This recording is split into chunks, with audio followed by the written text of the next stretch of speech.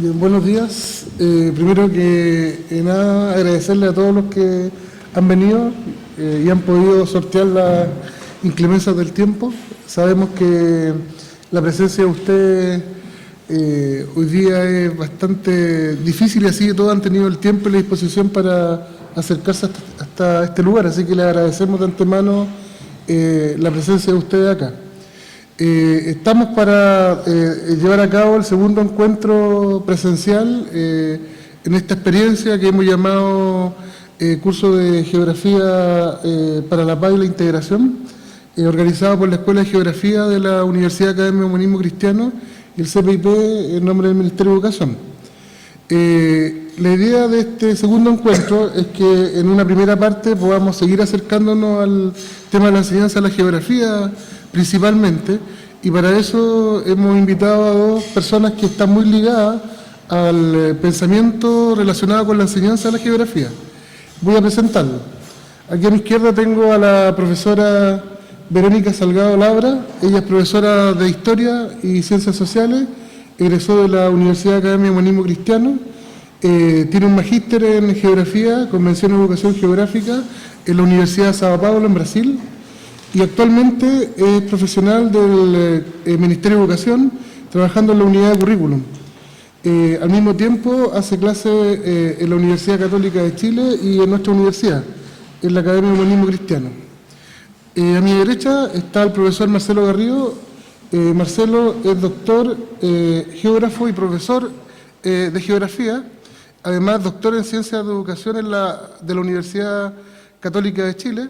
Desde el año 2003 es profesor también de nuestra universidad, en la Escuela de Geografía y en la Escuela de Posgraduación de Educación.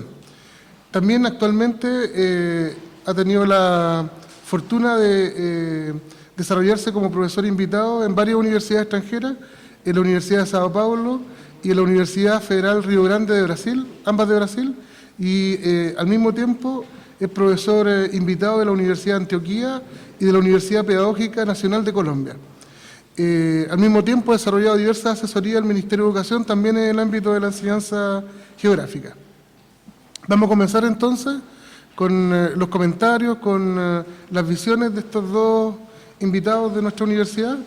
Vamos a comenzar con la Vero. La idea es que podamos escucharlo y después iniciar un diálogo que cuente con el protagonismo de todos ustedes.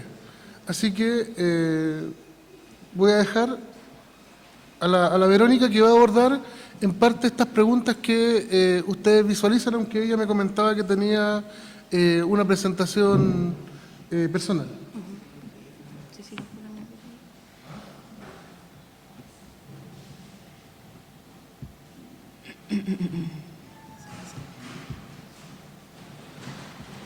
Esa, ¿no? Sí.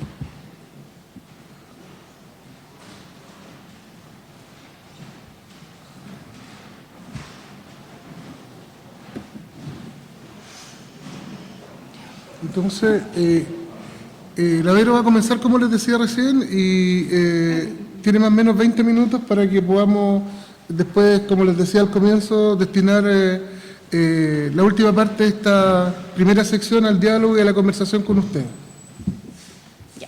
Buenos días a todos y a todas.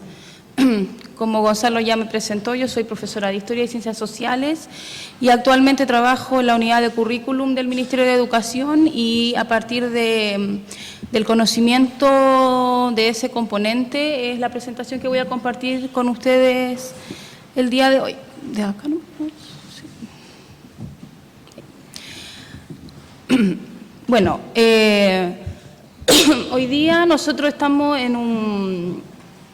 viviendo una transición, un cambio curricular, una reforma curricular, como algunos han llamado, a partir de la inclusión del documento de bases curriculares, que ya se ha iniciado su implementación en la educación básica y comienza a implementarse el próximo año para séptimo básico en adelante, para séptimo en realidad, que ya ahora pasa la educación media, a partir del año 2016 y así paulatinamente hasta segundo medio. Entonces, mi presentación está basada en cómo la geografía está dispuesta en estas bases curriculares y cuáles serían entonces algunos puntos críticos y también las fortalezas que presenta la geografía en el currículum y las posibilidades, por tanto, de su enseñanza.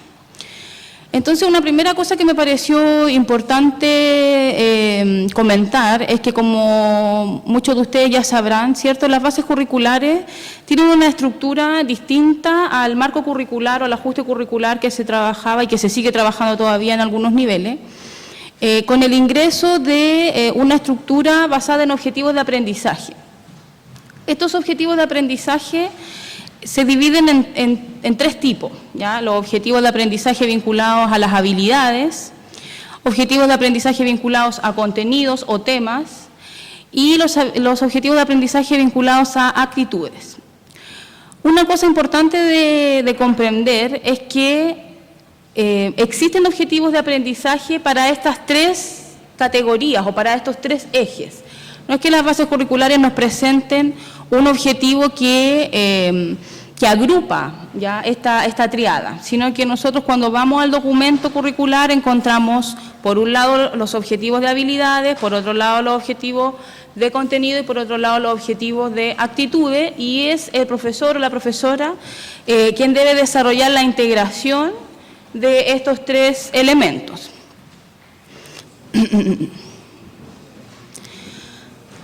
Para el ámbito de la historia, la geografía y las ciencias sociales, nosotros tenemos una estructura particular, entonces, que se desprende de esta triada de habilidades, contenido y actitudes, ¿ya? Y yo destaqué acá en la columna, ¿cierto?, de los contenidos, solo lo que tiene que ver más bien con geografía, ¿ya? Para ir destacando esta área que es la que interesa al curso y al desarrollo pedagógico que ustedes van a tener, ¿cierto?, o que tienen ya en su ejercicio profesional. Sin embargo, hay un marco general que tiene que ver con la asignatura propiamente tal. Tenemos entonces 4 ejes de habilidades comunes a la asignatura, tanto para educación media como para educación básica, que son pensamiento temporal y espacial, análisis y trabajo con fuentes, pensamiento crítico y comunicación. Perdón. Quienes trabajan en educación básica, evidentemente ya conocerán esta estructura, y quienes aún trabajan con ajuste a lo mejor no les es tan familiar. Sin embargo, estos son los 4 ejes de habilidades que los docentes deberían desarrollar a lo largo de su docencia.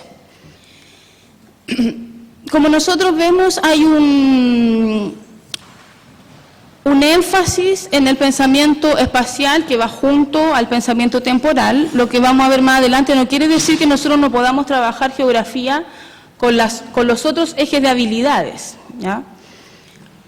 Luego, en el ámbito de los contenidos,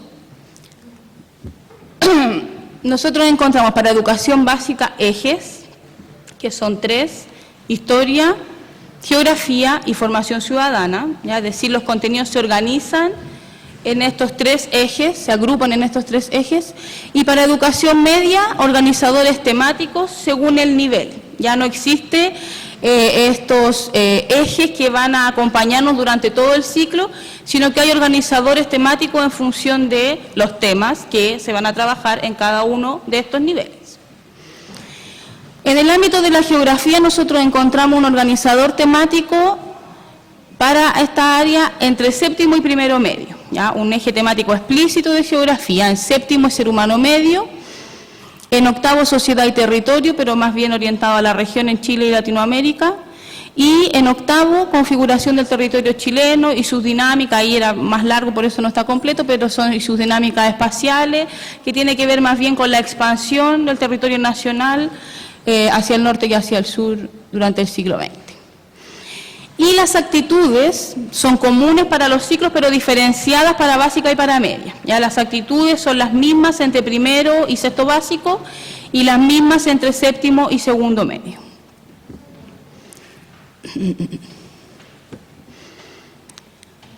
¿Cuáles son, a mi juicio, algunos de los elementos críticos que presenta este documento curricular, considerando la geografía a nivel transversal, ¿ya? No solamente en básica o en media? Ya esta diferencia que yo hacía en la diapositiva anterior era más bien para dar un contexto de cómo ella está presente en el currículum. Sin embargo, a mí me parece que los elementos críticos y también las fortalezas que vamos a proponer tienen que ver más bien con una mirada transversal que va desde primero básico en realidad hasta segundo medio. Un primer elemento crítico, que es bien importante, es una poca claridad de los elementos teóricos que subyacen a la geografía que está puesta en el currículo. Ya, si uno mira las bases curriculares, uno encuentra absoluta claridad de dónde los curriculistas los curriculistas que construyeron estas bases estaban parados teóricamente, o cuál fue la decisión teórica que se tomó. Ya más bien ahí hay un desplazamiento entre algunas teorías y otras. Evidentemente algunas aparecen con mayor fuerza, ¿verdad? Sin embargo, uno podría decir, mira, en todos los ejes o en todos los núcleos temáticos, en realidad hay una opción teórica que se toma, ¿verdad?, y que se defiende para ser trabajada, ¿ya? Este es un elemento que yo considero como crítico porque un poco confunde también al lector de estas bases curriculares y a quien las implementa, que son los profes, ¿verdad? Es decir, cuáles son los mensajes que a mí me están dando con respecto a qué geografía queremos que nuestros estudiantes aprendan. Otro elemento crítico que uno puede encontrar es la migración de varios temas físicos naturales a la asignatura de ciencias. Todo lo que tiene que ver, por ejemplo, con procesos de dinámica, de vulcanismo, de tectónica de placas, todos esos elementos que están hasta ahora situados en séptimo básico, ¿verdad?, en el marco curricular, con las bases curriculares migran hacia el área de las ciencias. Y eso es un problema que también da cuenta de esta confusión o poca claridad más bien de los elementos teóricos, porque entonces si nosotros decimos, bueno, tenemos una geografía que ha sido vaciada un poco de su componente físico, uno se podría preguntar, bueno, ¿qué tipo de geografía entonces está en las bases? ¿O es geografía aquello que está en las bases si no tiene el sustento físico natural, ¿verdad? Y también uno podría preguntarse desde la ciencia si esa migración, al migrar, al desplazarse hacia ciencias, sigue siendo geografía, ¿verdad? Porque nosotros sabemos que la geografía es una ciencia de síntesis, de relaciones, muy alojada en las ciencias sociales, ¿verdad? Entonces, ¿cómo desde las ciencias nosotros podemos mirar, por ejemplo, los procesos de vulcanismo desde la vulnerabilidad social? Evidentemente, no podemos hacerlo o no podemos hacerlo en profundidad porque los objetos de estudio son distintos. Allí hay, a mi juicio, una pérdida, ¿verdad?, de estas bases curriculares con respecto a la geografía.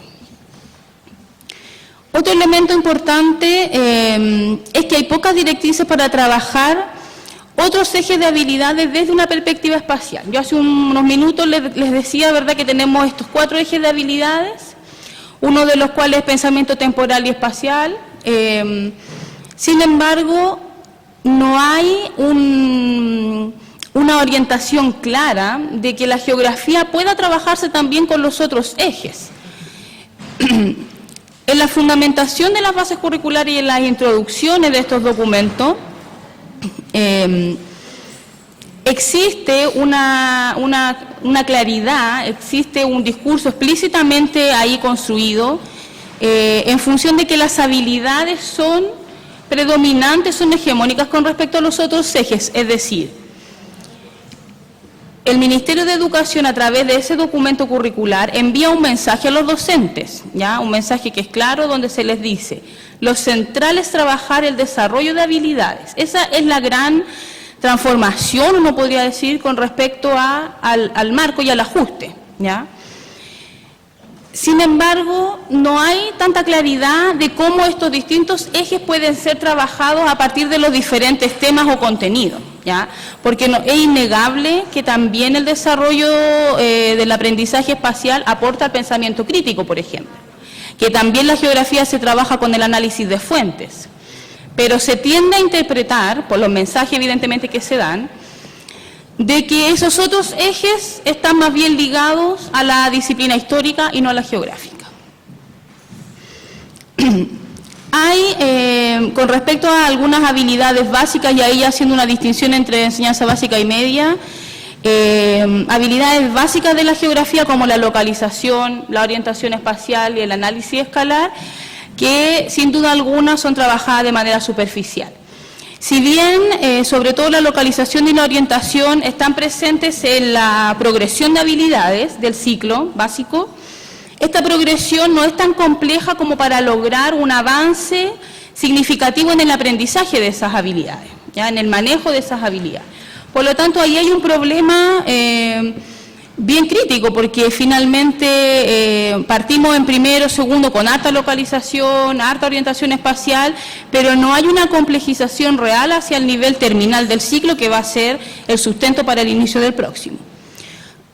Y con respecto a enseñanza media, donde debería trabajarse de manera sólida a otras habilidades de carácter más superior, como es el análisis y la problematización espacial, a mi juicio esto está muy poco dirigido, ¿ya? No hay claridad de que la geografía no debe ser solo descriptiva, sino también problematizadora, clarificadora de las dinámicas que nosotros vivimos cotidianamente, sino que un profesor podría interpretar la geografía como una geografía descriptiva, acercarse bastante a los objetivos de aprendizaje y tener la sensación de que ese proceso de aprendizaje es un proceso exitoso.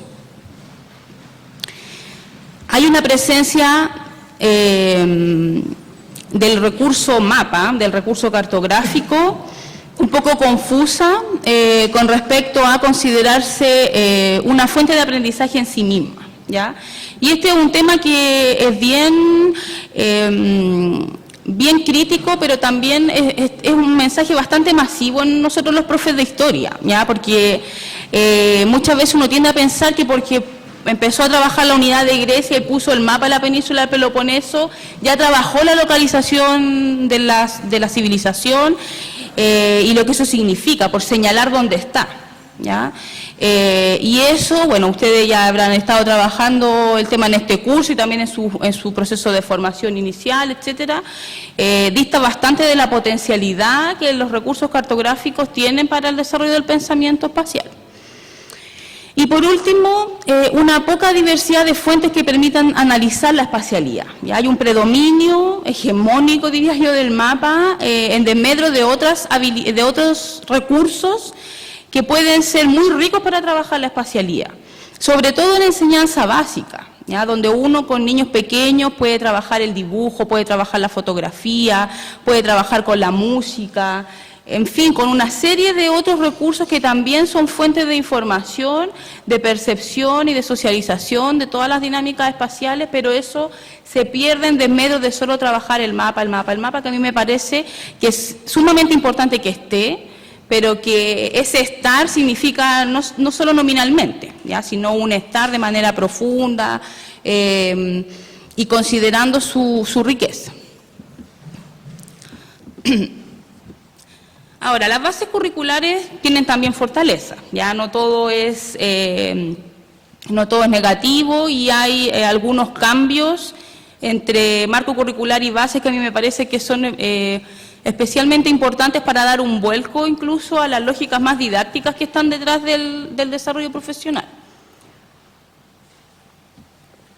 Una cosa es que existe una presencia explícita del desarrollo del pensamiento geográfico, ¿ya? El pensamiento geográfico aparece como énfasis de las bases curriculares tanto en básica como en media y es también parte de uno de los ejes de habilidades, como ya lo comenté.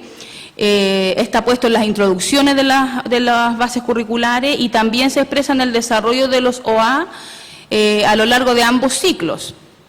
Por lo tanto, aquí hay un elemento del cual los profesores podrían justificar y argumentar un tipo de diseño pedagógico que sustente un trabajo que apunte al desarrollo permanente y complejo, cada vez más complejo, digamos, del pensamiento geográfico. La predominancia y la progresión de las habilidades nos va a permitir trazar un camino hacia el desarrollo del pensamiento espacial, es decir, las bases son explícitas en decir acá lo que predomina son las habilidades y son unas habilidades que están en progresión, independiente de la opinión que uno pueda tener de esa progresión, o decir, mira, en realidad yo creo que debía haber sido otra habilidad, pero están las habilidades, tienen predominancia y progresan. Y eso nos permite como profesores decir, bueno, entonces yo trazo un camino hacia el desarrollo del pensamiento espacial cada vez más complejo, más argumentado, que me permita ir avanzando de un ciclo o en pares de niveles, ¿cierto?, al trabajo de ese tipo de pensamiento particular, ¿cierto?, vinculado a la ciencia geográfica. Ejes y organizadores temáticos que permiten profundizar en conocimientos geográficos y establecer un trabajo de mayor profundidad. La geografía se hace visible en organizadores temáticos y en ejes, en el eje de geografía en básica y en los organizadores entre séptimo y primero medio. Y eso permite a los profesores decir, bueno, en este momento yo me detengo a trabajar geografía.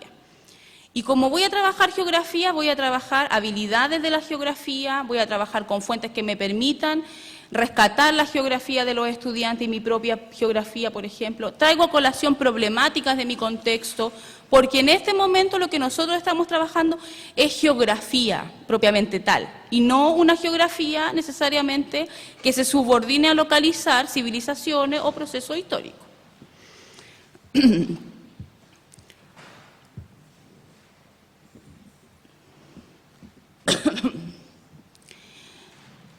Bueno, otro grupo de fortalezas, si se dan cuenta, hay 2 diapositivas de fortaleza y solo una de puntos críticos. Sí, por supuesto. Entonces, la posibilidad de incorporar otros ejes de habilidades para fortalecer el conocimiento geográfico.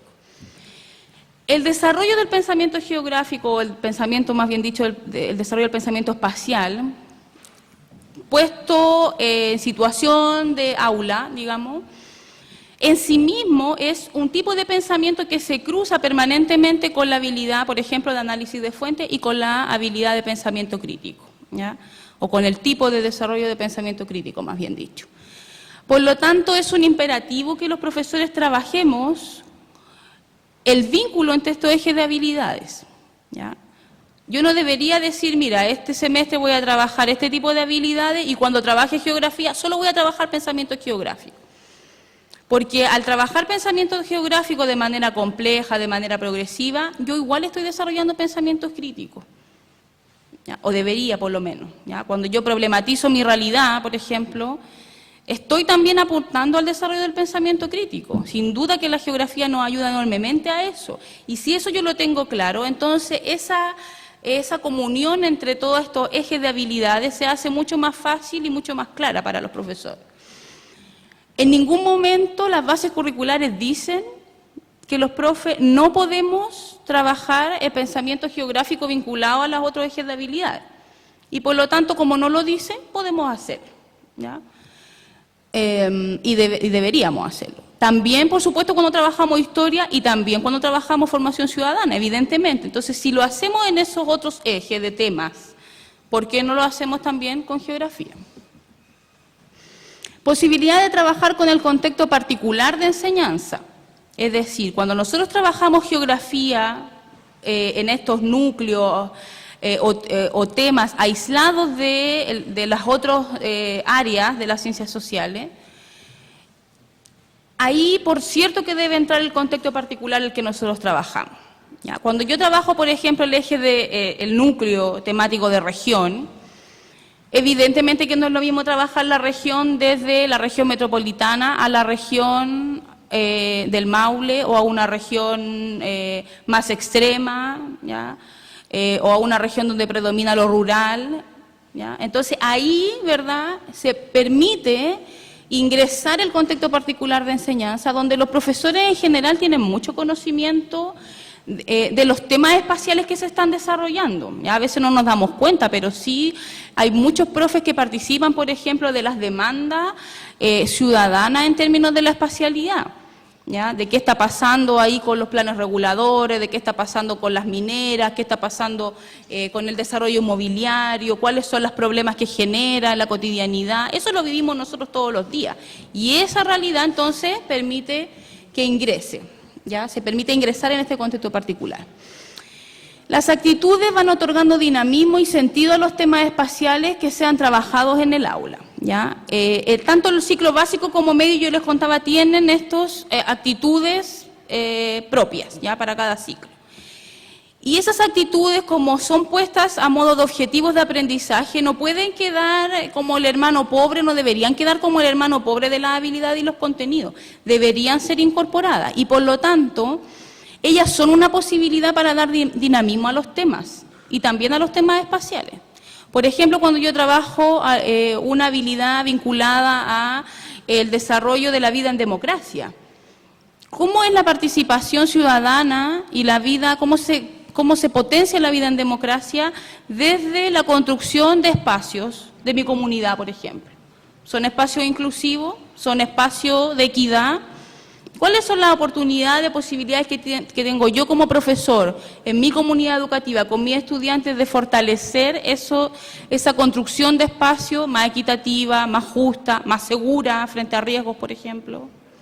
Entonces, ahí las actitudes son una posibilidad. Las actitudes están puestas en el currículum y ustedes tienen que ponerlas en su planificación, entonces aprovechar esas actitudes como una posibilidad, no como una cosa que queda ahí, que no sean de meterla, o que la pongo porque en realidad es una exigencia más bien administrativa. Y por último, ¿cierto?, considerar que los objetivos de aprendizaje, que en realidad constituyen el grueso del documento curricular de bases curriculares, son una prescripción curricular, ¿ya? Es lo que el Estado, en este momento el Estado de Chile, está prescribiendo, indicándole a los profesores que deben enseñar, pero no es una prescripción en términos didácticos, ¿ya? El ejercicio didáctico, es decir, el cómo ustedes enseñan esta geografía, es una actitud, un proceso que está en manos de un profesional específico, que es el profesional docente. Son los profes, son ellos los que toman las decisiones didácticas. El Ministerio de Educación, a través de los programas de estudio, hace una propuesta didáctica, una bajada, como se llama muchas veces, del currículum para que éste ingrese al aula. Pero eso es una propuesta, ¿ya? No es la prescripción curricular, no son los objetivos de aprendizaje. Los objetivos de aprendizaje es una prescripción, son obligatorios. Usted debe cumplir, tratar de cumplir esos objetivos, pero el camino para llegar a ellos no viene dado ni prescrito por ningún organismo ni documento gubernamental. Ya, para ir cerrando, bueno, ahí si me queda alguna pregunta la podemos ver después. Yo quería terminar con estas dos frases. Yo creo que el currículum hay que abrirlo. El currículum que se implementa hay que abrirlo a la realidad espacial. Como yo les decía, el currículum que uno baja de la página del ministerio, que se establece, ¿cierto?, en la primera parte de nuestras planificaciones, cuando ponemos el objetivo, el contenido, etcétera, ese currículum prescrito es distinto al currículum que se implementa en las salas de clase, porque el currículum implementado se interpreta, se enriquece, se contextualiza, y ese currículum implementado debe acercarse y debe abrirse a la realidad espacial de cada contexto, de cada grupo de sujetos, porque nuestro currículum es construido a partir de una lógica centralizada, ¿ya? Se construye en la región metropolitana, con personas que viven en la región metropolitana, que muchas de ellas han hecho su trayectoria personal y profesional en grandes regiones, ¿ya? Y no necesariamente, o muy poco existe, por ejemplo, de un conocimiento de otras realidades, colegios rurales, unidocentes, de colegios industriales o de colegios de las poblaciones de las distintas regiones. Entonces, el currículum implementado requiere abrirse a la realidad espacial de cada uno de los contextos. El único sujeto que conoce la realidad del contexto donde hace clase es el docente, ¿ya? Es él o ella quien debe tener ese manejo, quien tiene ese manejo de conocer a su estudiante y por lo tanto su contexto. Y otra cosa, yo ponía ahí que mira con los ojos de la geografía, y algunas autoras didactas de la geografía que usan el término mirada espacial, es decir, cuando uno va desarrollando su pensamiento espacial, uno va desarrollando una mirada espacial en la cual uno se pone como los lentes de la geografía y después no se los puede sacar, ¿ya? Porque en el fondo cuando uno desarrolla pensamiento, o sea, yo desarrollo pensamiento y eso no es reversible, o sea, yo no puedo enseñarle un día a los estudiantes a pensar y el otro día les enseño a no pensar, ya aprendió a pensar, ya cuando uno aprende a leer, por ejemplo, este pensamiento alfabetizado, uno va en la micro mirando los carteles y no puede dejar de leer los carteles publicitarios, por ejemplo, ya aprendió a leer, ¿ya? Entonces, cuando uno desarrolla ese tipo de pensamiento, que es el pensamiento que los profesores deberíamos preocuparnos por desarrollar permanentemente en nuestro ejercicio docente, uno no solamente ve el relieve, ve un objetivo y dice, esto es relieve, esto es demografía, esto es límite, esto es la bandera o esto es la localización. Uno ve la geografía, debería ver la geografía en su amplitud, con dinamismo, holísticamente hablando, no separando los aspectos humanos, los aspectos económicos, ¿verdad? Ver interacción, dinamismo y sobre todo problemas que resolver y realidades potencialmente transformables, ¿ya? Entonces es una invitación, ¿cierto?, a mirar el currículum no desde el encasillamiento de que esto es lo que me permiten hacer y por lo tanto no puedo hacer otra cosa, sino qué posibilidades me da este currículum de trabajar hacia una perspectiva del desarrollo del pensamiento espacial y de la incorporación de la realidad espacial del contexto en el que trabajamos. Eso, muchas gracias.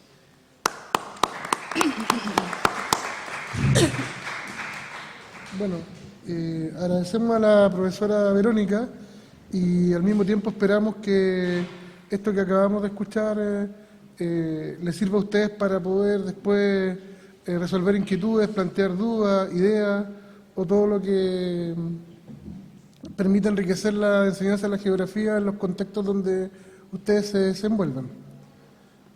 Entonces vamos a la presentación del profesor Marcelo Garrido. Esto no se mueve, así que empieza nomás, profesor. Bueno, agradecer la invitación al equipo que coordina el curso. Entiendo que estamos con streaming, así que hay colegas que están en todo Chile viendo, a los que no se les cortó la luz, porque hay un par de regiones en donde ha sido un poco complejo el asunto, digamos, de instalar estas sesiones de acompañamiento más directo. Bueno, agradecer a todos los que están presentes, porque me imagino que hicieron un esfuerzo también para venir hoy día en la mañana. Hay una necesidad de decirles que hace algún tiempo que nosotros venimos realizando un trabajo, yo diría desde el año 2002, un trabajo por reposicionar los temas de la educación geográfica. No somos los únicos, por cierto, hay un grupo en la Universidad de La Serena, hay un grupo en la Universidad Católica de Valparaíso, y de la Universidad Academia Humanismo Cristiano, que viene desarrollando justamente una línea de trabajo conjunto, paralelos, a veces alternativo, contestatario a lo que viene haciendo el Ministerio de Educación desde esa época en adelante. De hecho, nos tocó liderar varias campañas para impedir que se produjeran los últimos cambios en el currículum y que quedaron expresados en el documento bases curriculares. Tengo bastante más optimismo que hace algunos meses atrás, porque el equipo del Ministerio está intentando hacer todo lo que se pueda para revertir algunas cosas que ya quedaron plasmadas, digamos, en este currículum, y que a juicio de varias de las personas que venimos trabajando estas temáticas, lo que hace en definitiva es debilitar la posibilidad de producir y construir conocimiento escolar referido a la geografía y en particular al objeto de estudio de la geografía, que es el espacio geográfico. Me convocaron los coordinadores de este curso para que yo pudiese hablar justamente de esta última dimensión, del campo objetual de la geografía.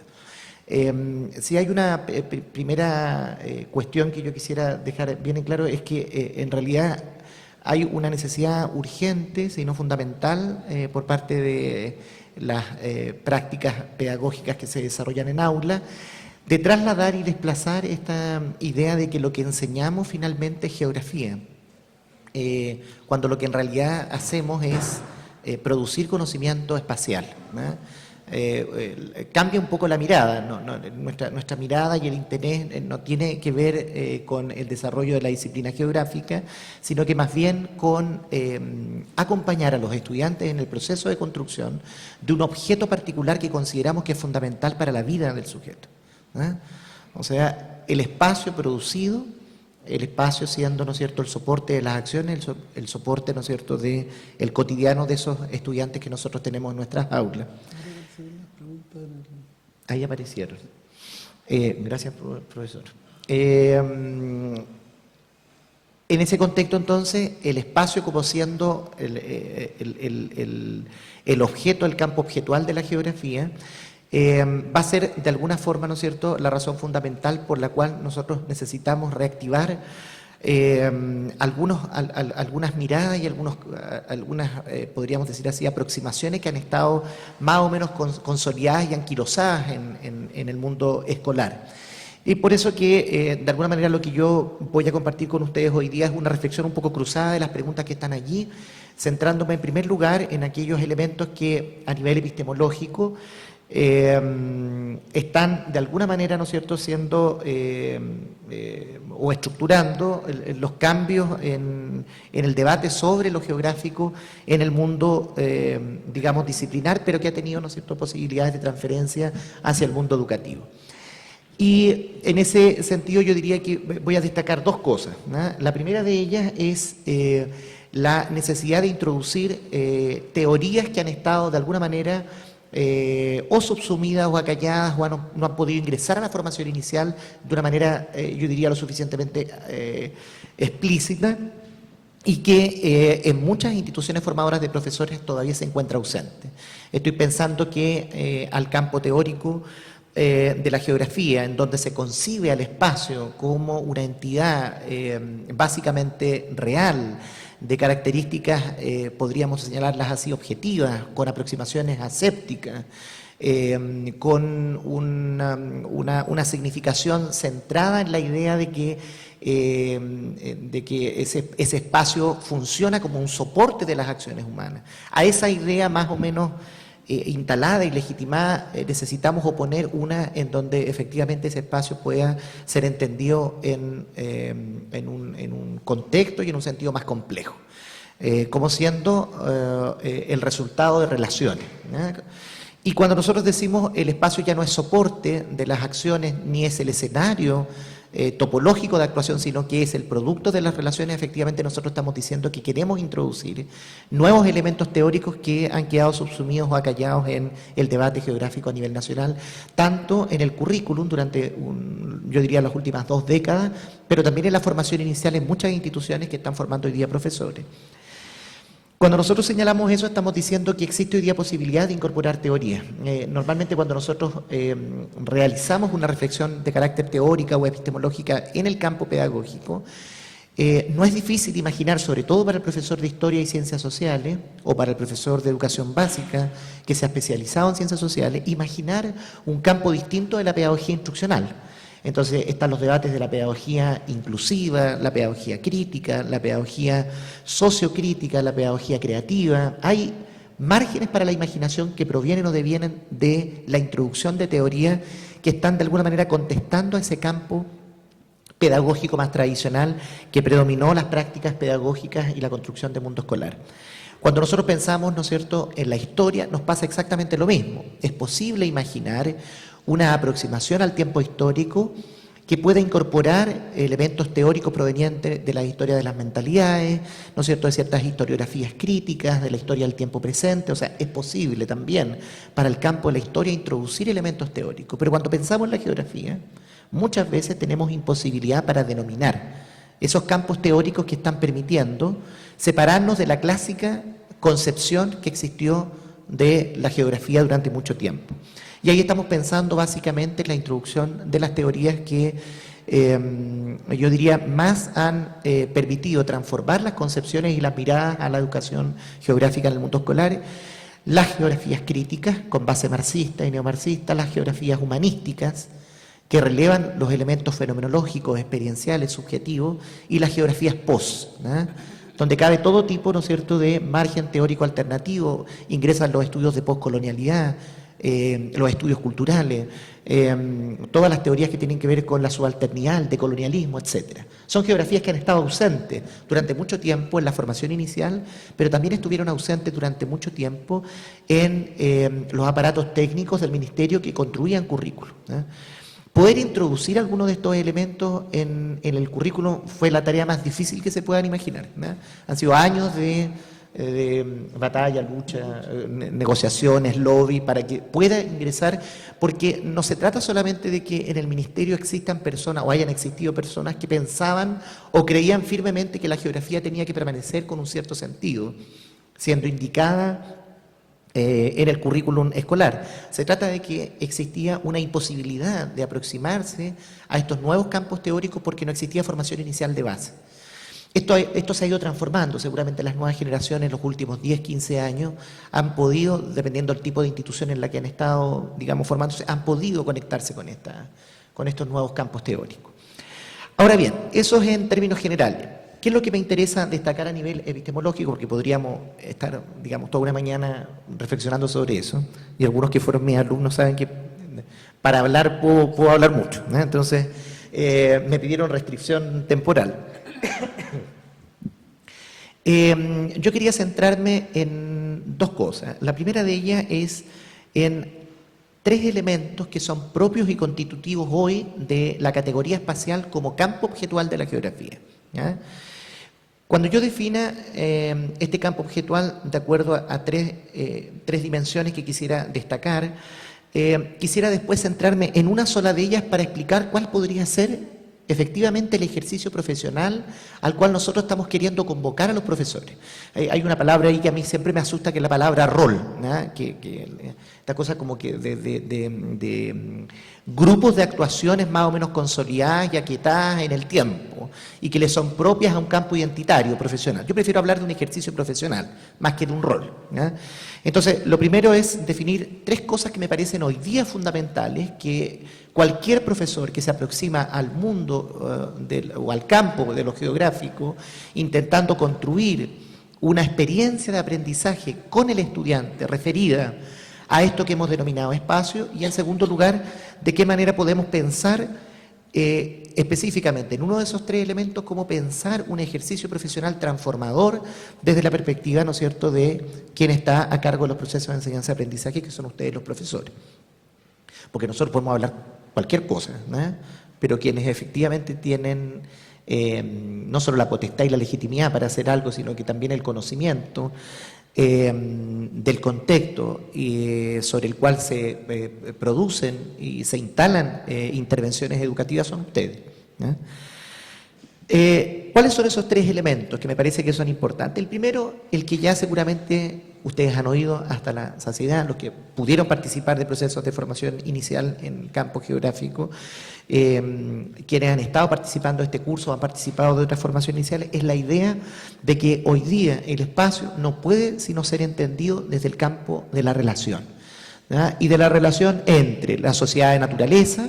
Ustedes van a ver también que cuando se denomina de qué tipo de relación estamos hablando, empiezan a aparecer las influencias teóricas. Sociedad de naturaleza, ser humano medio, ¿verdad? Grupos humanos, contextos, circunstancias que le rodean. Estamos hablando de un campo de relaciones, o sea, el espacio como siendo producto del conjunto de relaciones variantes, emergentes, ¿verdad?, y críticas que se producen entre los grupos humanos y todo aquello que efectivamente está disponible para él en términos de circunstancias, de entorno, de contorno, etcétera. Cuando nosotros señalamos ese elemento, estamos diciendo que no existe ningún ejercicio geográfico que no incorpore la relación, ¿eh? O sea, cuando usted habla del espacio, si no hay relación, no hay espacio. Hay un famoso autor que seguramente algunos de ustedes leyeron, se llama Milton Santos, ¿eh? Él decía, las relaciones, el espacio y las relaciones o vienen juntas o no vienen. El análisis que le interesa a alguien que produce conocimiento social, en este caso muchos de ustedes están más conectados con las ciencias sociales, es que a nosotros nos interesa por sobre todo relevar la idea de que hay una entidad llamada espacio que supera la noción, ¿no es cierto?, de superficie de posición. Cuando nosotros estamos hablando del espacio, estamos hablando de un producto relacional y por lo tanto todos los conceptos que arrastra la categoría espacial tienen que ser vistos nuevamente desde esa lógica. Por ejemplo, cuando a uno le dicen localización, a veces me coloco fanático de la tele, ¿no? Entonces, solo para identificar cuestiones que después sirven para hacer clase. Entonces, por ejemplo, un término que es muy común en el mundo escolar, que es, porque usted dice, pero eso de las relaciones como comunes, es algo que ya nosotros hemos dicho, sí, pero normalmente no lo usamos o no lo movilizamos en situaciones cotidianas de uso del lenguaje espacial. Cuando nosotros hablamos de localización espacial, por ejemplo, para muchas personas la localización espacial, y me voy a referir a ese hecho en particular porque para muchas personas todavía nosotros seguimos siendo la ciencia de las localizaciones, solamente. Basta con ver el currículum. Yo sé que Verónica y su equipo técnico hoy día ve un poco más, ¿no? Ve mucho más, ¿no? Pero los que hicieron ese currículum, porque me tocó dialogar con ellos, estaban pensando en básicamente la idea de colocar unas vacas, metiendo usted en un mapa, ¿no? Que es como la noción básica de que en realidad la localización cartográfica reemplaza, ¿no?, y utiliza la posición de la localización espacial o geográfica, que es distinta. Si yo dije que no yo, sino que si los geógrafos que han venido trabajando en la reflexión sobre el espacio señalan que la localización geográfica es una localización básicamente espacial, y si yo defino al espacio como el producto de las relaciones, estoy pensando que la localización espacial es la localización que los sujetos tienen en un conjunto de relaciones. Se modifica todo. Es la posición que tú ocupas en un conjunto de relaciones, por ejemplo, de degradación. O sea, hay prácticas agrícolas que, por ejemplo, usan un determinado sustrato edáfico, un sustrato de suelo, en unas condiciones técnicas que le impiden que esa actividad permanezca en el tiempo. Entonces, cuando yo hablo de una localización espacial, de una localización geográfica, estoy pensando básicamente en que los sujetos producen espacio y al producirlo se ubican, se localizan en un conjunto de relaciones, en un conjunto de relaciones de producción, en un conjunto de relaciones de consumo, en un conjunto de relaciones de degradación, en un conjunto de relaciones de, por ejemplo, mantenimiento, de conservación, de preservación, etc. Se modifica la idea. O sea, localízate geográficamente, no es donde está ahí en el mapa y a qué latitud y a qué longitud. Es una modificación sencilla, pero si ustedes se dan cuenta, cuando yo ubico el campo objetual en la idea de las relaciones, cambian todos los significantes, ¿ya?, que atraen los conceptos clásicos con los cuales la geografía, ¿ya?, de alguna manera ha estado presente en el mundo curricular. Se modifica absolutamente todo. Esa es una idea primaria, me voy a quedar después en esa idea para dar un ejemplo de cómo podríamos nosotros pensar o cómo nosotros podríamos recuperar un sentido del espacio, porque hay una cosa aquí fundamental. Si esto no tiene sentido para los que tenemos en el aula, para esos sujetos que tenemos en el aula, si esto no tiene sentido, entonces no hay práctica pedagógica posible. ¿Ya? O sea, si los objetos de estudio que los profesores promueven en las aulas no tienen sentido, entonces no hay desarrollo, ¿ya?, cognitivo posible. Es una cosa bien básica. Por eso que la idea no es que nosotros enseñamos disciplina, nosotros enseñamos objetos de estudio. Y los objetos de estudio están presentes en las personas. Las matemáticas están presentes en las personas. El buen profesor de matemática era aquel que era capaz de indagar en cómo el objeto de las matemáticas estaba haciendo vida en el sujeto. Eso Paulo Freire le llamaba saber de experiencia hecho. Cuando a uno le dicen por qué el profesor es investigador, toda esa sofisticación de cosas que nos dicen que el profesor no solamente interviene, no solamente, ¿no es cierto?, desarrolla ejercicio didáctico, sino que además investiga, y uno como que se estresa, ¿no?, porque esta idea de como que el profesor, además de todo lo que tiene que hacer, además hay que investigar, ¿no?, y a qué hora, ¿no?, a qué hora se investiga. Es que la investigación pedagógica es una investigación particular, distinta. Es una investigación sobre los objetos de enseñanza, aprendizaje, presentes y hecho vida, encarnados en el sujeto. Ustedes van a dar cuenta que los grandes profesores que ustedes tuvieron, no necesariamente son los profesores que hacen los trabajos prácticos en grupo, ni son los profesores más entretenidos.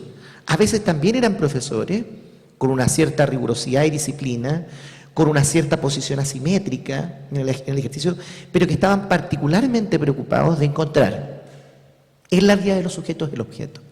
Entonces, la experiencia que nosotros tenemos es esta necesidad urgente de que este objeto que hemos llamado espacio, y que el espacio sea entendido como producto de las relaciones, sea ubicado en la vida de los sujetos. Ese es el primer ejercicio para producir algún tipo de práctica transformadora. Yo señalaba este primer elemento, sobre el cual yo voy a volver en un tiempo más. Pero hay otros dos elementos que me parece que hoy día también tienen que estar presentes y que de alguna manera también estaban presentes en los trabajos que ustedes desarrollaron con los profesores y con los coordinadores de grupo. Es la idea de que el espacio es siempre potencia, ¿no? El espacio es una entidad no acabada, no clausurada. Cuando nosotros decimos que no está clausurada, que es potencia, que es abierto, estamos señalando básicamente, lo que estamos diciendo básicamente es que el conjunto de interrelaciones, ¿ya?, no son perennes. El conjunto de relaciones pueden ser transformadas y que al conjunto de relaciones se acude en una lógica de actuación, ¿ya?, no finita, vale decir infinita. Existen tantas posibilidades de modificar y resignificar las relaciones como tantas posibilidades hay de producir y construir nuevos espacios. Ese hecho que parece una cosa así como constitutiva, constitutiva del lenguaje común y regular, en realidad es muy difícil de llevar a la clase. Presentar los contenidos geográficos, ¿no?, referidos al espacio como algo no clausurado. Yo pienso inmediatamente en la cosa de la región. Voy a colocar aquí ejemplos. ¿Puedo colocar algunos ejemplos, profesor? Yo pienso inmediatamente en cómo se trabaja la región, ¿no?, en el mundo escolar. Voy a quedarme con esa categoría analítica, ¿no? Ustedes seguramente ya vieron el tema de las categorías analíticas con los profesores, ¿no? La región, por ejemplo, es trabajada de manera absolutamente clausurante, no solo clausurada, sino que con imposibilidad de que los sujetos accedan a ella. Básicamente porque hay un error conceptual detrás, que ha permanecido en el Ministerio durante mucho tiempo. Entonces me acuerdo que peleaba yo con una persona que está ahí, no puedo nombrar a los sujetos, porque esto queda grabado, todas estas cosas grabadas son medias complejas, ¿no? Pero en una de esas conversaciones, esas tantas conversaciones, me alegaban unas personas del Ministerio señalando que el currículum se había puesto muy innovador porque había incorporado la perspectiva regional, ¿ya? Y entonces esto era un cambio trascendental de la geografía, de lo que se venía haciendo, a lo que estaba ocurriendo ahora. Y ese cambio trascendental era el cambio de introducir la perspectiva regional. Entonces yo pensaba y decía, pero la perspectiva regional es de fines del siglo XIX. La perspectiva regional es de fines del siglo XIX, Vial de la Blache y esos tipos que estaban hablando de la escuela francesa. Entonces, los tipos del ministerio me querían hacer creer que la gran innovación que se estaba produciendo en el currículum escolar era la introducción de la perspectiva regional. La perspectiva regional está en los manuales que usaban los estudiantes del Instituto Nacional a fines del siglo XIX. Ya estaban. O sea, la sociedad ilustrada de fines del siglo XIX ya estaba siendo formada en la perspectiva regional. Bueno, estos tipos nos convencieron durante mucho tiempo que esa era la gran perspectiva. ¿Y en qué consistía? Consistía en que uno tenía que trabajar. Primera región, clima. Segunda región, geomorfología. ¿Ah? Y empezar a caracterizar adentro de esa región esos clásicos componentes que aparecen y que fijan a la región en una posición particular, que es la posición de una cierta característica físico-natural o humano-social. Cuando yo estoy hablando de que el espacio, ¿no es cierto?, deviene en potencia, vale decir, el espacio es una relación en permanente cambio, estoy señalando que ese conjunto de relaciones tienen que ser revisitadas y todo lo dicho sobre una región, sobre un espacio, sobre un paisaje, sobre un lugar, necesita ser dicho, ¿no?, nuevamente en una nueva condición de un nuevo lugar. ¿No? El espacio siendo siempre una entidad abierta.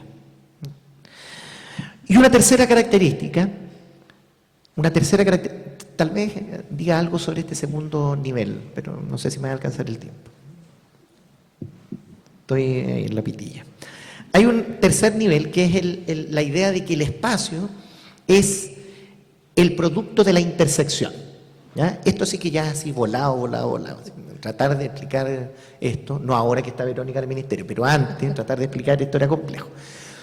Evidentemente la gente que tuvo formación en historia, estos temas son también temas que ustedes sí los trabajaron, ¿no? Que es la idea de que el espacio es el producto, ¿no es cierto?, de la intersección de planos de existencia. ¿Qué diablo significa esto? Significa que existe la posibilidad efectiva de identificar experiencias que transcurren en planos existenciales distintos y que definen al espacio en una lógica de intersección. Voy a colocar el ejemplo característico.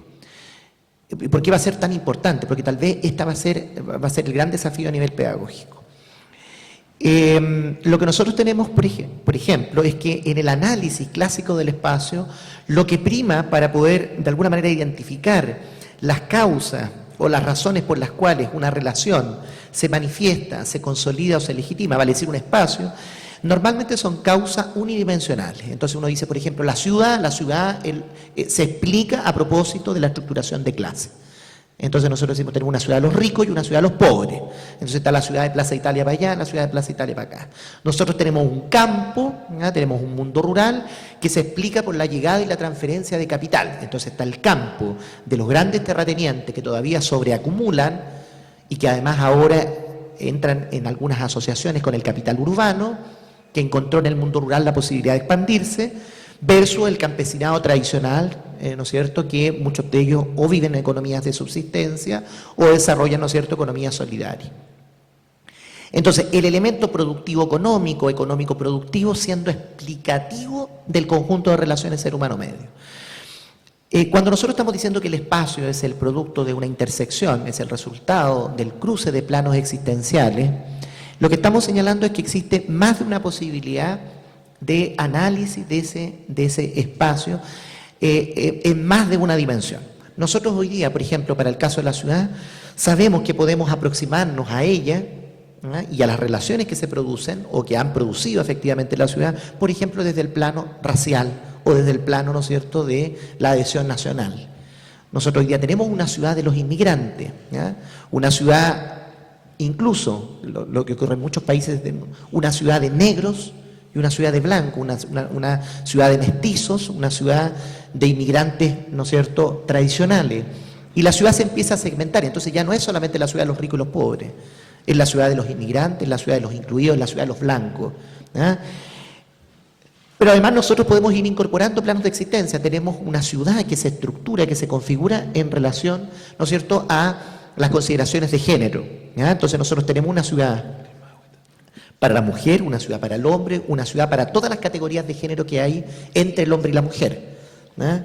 Y una ciudad que se empieza a expresar también en planos de alfabetización. Entonces hay una ciudad para los alfabetizados digitalmente y una ciudad que no ocurre, que no acontece para los no alfabetizados. Y así sucesivamente. O sea, un espacio como la ciudad, ¿ya?, tiene distintos planos de existencia y los sujetos se reconocen en ellos, son integrados o incluidos de una manera particular en ellos, ¿eh? Y esto es un asunto de justicia social, ¿no? O sea, que tú puedas ser incluido, incorporado, ya no solamente igualado en las condiciones económicas, sino que incluido en las distintas formas de existir que tú tienes y en las distintas formas de acontecer en relación con las entidades materiales existentes fuera de ti de un modo particular. Es el cruce de los planos de existencia el que define el lugar, ¿eh? Es allí donde acontece el sujeto. Es ese el espacio del sujeto. O sea, el sujeto es, en definitiva, el cruce, la intersección de planos de existencia. Y lo que hacemos normalmente en el mundo escolar es impedir que el sujeto acontezca en sus múltiples planos de existencia. Lo incluimos cognitivamente, pero lo separamos digitalmente. Lo incluimos en términos de género, pero lo excluimos en términos de clase. Lo incluimos en términos de clase, pero lo rechazamos en términos de su color de piel, ¿eh? El cruce de ese plano de existencia, el punto de intersección, es el espacio. El espacio siendo la intersección. Entonces, en los tres sentidos, el espacio siendo la relación, el conjunto de relaciones, el producto de la relación, el espacio siendo la potencia, vale decir, el punto del inacabamiento, y en tercer lugar, el espacio siendo la intersección. Ahora, yo esbocé algunas cosas hacia el mundo escolar, pero quisiera detenerme tal vez en el primero de los puntos, en el tema de la relación. Te dicen, ya, pero ¿cómo trabajamos el tema de la relación? Es complejo, porque el tema de la relación, claro, ¿cómo se trabaja en el aula? Es difícil. Ahora, yo quisiera, porque existe también la tentación cuando uno participa de procesos de formación continua, que uno dice, ya, pero ¿cómo? ¿No? Yo también estuve desde ese otro lado participando de formación continua, entonces sé que hay un minuto en donde uno dice, ya, pero dame el camino, algunas rutas, unas pistas, ¿no? Y uno empieza como a sufrir con estos palestrantes que están aquí al frente, porque finalmente te dan nuevas categorías, pero no te resuelven. Yo quisiera decir que existe una fórmula para escaparse de esa demanda, que es colocando la idea del problema, la idea de la categoría problematizadora como una categoría que permite construir sentido, ¿no? Cuando tú construyes sentido, vuelvo a lo que señalé al comienzo, cuando tú construyes sentido, el objeto se vuelve, ¿no es cierto?, carne, se encarna en las situaciones pedagógicas. Y quería detenerme en la interrelación porque para muchas personas puede sonar, digamos, algo bastante etéreo, poco formal la idea de la realidad. Pero ¿qué significan las interrelaciones? ¿Por qué tendríamos que estudiar las interrelaciones? Aquí me voy a colgar de un famoso biólogo, epistemólogo, educador, se dedica a varias cosas, que se llama Edgar Morin. Seguramente muchos de ustedes se conectaron alguna vez con la literatura de él. Y voy a usarlo a él para no usar un geógrafo, ¿ya? Para que, digamos, coloquemos esta idea de que las relaciones, ¿ya?, de que las relaciones no son una cosa que estén viendo solo los geógrafos, o sea, son todos los otros, ¿ya?, son todos los otros miembros de la sociedad del conocimiento que están señalando que a la geografía le compete una responsabilidad de carácter cívica. Perdonen que se los diga en estos términos, pero ustedes y yo seremos juzgados a propósito de la incapacidad de que nuestros estudiantes puedan concebir al mundo como un todo. ¿Qué es lo que señala Edgar Morin? Dice que durante el siglo XX lo que ocurrió fue que efectivamente las grandes disciplinas holísticas y sintetizadoras perdieron la batalla en este mundo de creación, ¿no es cierto?, en este mundo de creación científica, que lo que hizo fue permitir el avance y la sofisticación de la hiperespecialidad del conocimiento. O sea, a medida que fueron pasando los años, las décadas, etcétera, con el advenimiento de la modernidad y la sofisticación de este tipo de pensamiento, lo que aconteció fue que todos los dispositivos asociados al conocimiento avanzaron en la idea de que había que hiperespecializar todo, ¿no? Basta con que ustedes vean algunos folletos de algunas instituciones de educación superior para que sepan que todos los años se sacan carreras nuevas. Entonces, la ingeniería en la flor roja, sociología de la información técnica para poblaciones indígenas diseminadas en el sur de África. O sea, basta con usted, hasta la pedagogía, esta cosa, entonces es la pedagogía en educación diferencial, convención en trastornos del aprendizaje, para manifestaciones lingüísticas, la hiperespecialización, siendo indicativa de la fragmentación del conocimiento. Cuando estamos fragmentando el conocimiento, dice Edgar Morin, no estamos solamente fragmentándolo en un sentido inocuo, lo estamos fragmentando en un sentido directamente relacionado, en este caso en particular, con la idea de fragmentar también las problemáticas, ¿no? O sea, se fragmenta la realidad, ¿no?, se fragmenta el conocimiento, se fragmenta finalmente la problemática. Y nosotros podríamos colocar 1000 ejemplos, podríamos colocar el ejemplo del aluvión, ¿ya?, del aluvión que ocurrió en el norte, a mi juicio en la activación de unas quebradas propias del semiárido, pero varios geógrafos de esos que aparecen en la tele siguen insistiendo que esos fueron aluviones, ¿no? Porque los aluviones tienen una cierta característica específica de desmonte, desplazamiento, flujo, etc. Vamos a suponer que era un aluvión. Lo que ocurrió allá, que es bien interesante ver la figura del periodista, ¿eh? Esta es una figura que yo siempre uso cuando hacía clase hace años atrás de didáctica, que era la clásica figura del periodista estresado que iba de alguna manera tratando de buscar el causante de este gran problema llamado aluvión, que no era solamente la activación de un fenómeno natural, sino que era el desastre que había ocurrido a propósito de eso en asentamientos humanos específicos. Entonces uno dice, ya, a ver, pero lo primero que se le ocurre es que va donde el alcalde y le dice al alcalde quién fue responsable de esta situación. Mira, la verdad es que esto yo no tengo nada que ver. Esto es obras públicas porque construyó 2 puentes allá arriba y esos 2 puentes hicieron que el agua, que se modificara el curso del agua. Pero eso tuvo que haber tenido permisos de la Dirección General de Agua. Sí, bueno, pero fue transporte. Entonces uno va a transporte y dice, no, la verdad es que obras públicas, porque la Dirección General de Agua es de obras públicas, no es de transporte. Ya, entonces uno va, el periodista va, la figura de que anda buscando esta explicación y dice, no, ¿sabes qué? La verdad es que esto tiene que ver con los canales de regadío que fueron autorizados por el Ministerio de Agricultura. Y entonces abrieron unos canales de regadío donde no había que abrir, pero si aquí no hay regadío, no, pero los abrieron hace años atrás, vaya y busque allá. Entonces uno va y se encuentra, ¿no es cierto?, con esta gente que dice, pero si este es semiárido, aquí no hay canales de regadío. La verdad es que la responsabilidad de esta situación es el plan regulador intercomunal que permitió que aquí se desarrollaran actividades. Entonces uno va al Ministerio de Vivienda y Urbanismo, ¿verdad?, y ya a esa altura sin paciencia, tratando de buscar una explicación al todo. El todo es el desastre. El todo es la catástrofe manifestada en términos de desastre. Y entonces uno se puede pasar días, años tratando de identificar quién es el causante, quién es el responsable por el ejercicio complejo de la realidad. O sea, se produjo un desastre que involucra conjunto de relaciones, ¿no? Un conjunto de relaciones, nadie separa la relación.